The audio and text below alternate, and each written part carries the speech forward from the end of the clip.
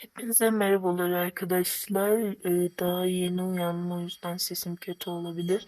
Sizde de Toka Boka'da şöyle bir şey oldu mu? Ee, Hemen gireceğim. Tıklayıp neredeydi? Heh, neymiş? Bakın arkadaşlar, sizde de böyle bir şey olduysa hemen yorumlara yazın lütfen. Çünkü ben bayağı bir endişelendim. Bakın böyle bir müzik falan değişti yani. Böyle buradaki yazı böyle değildi. Yani ben de her şey değişti neredeyse. Sadece dünya hariç her şey değişti. Ben daha yeni yüklüyorum. Neden daha yeni yüklüyorsun? Yeni hiç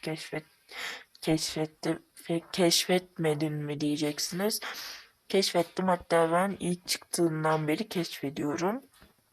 Yani arkadaşlar, yani ben Tokalife hileli yüklemek için silmiştim. Sonra işte geri yükledim.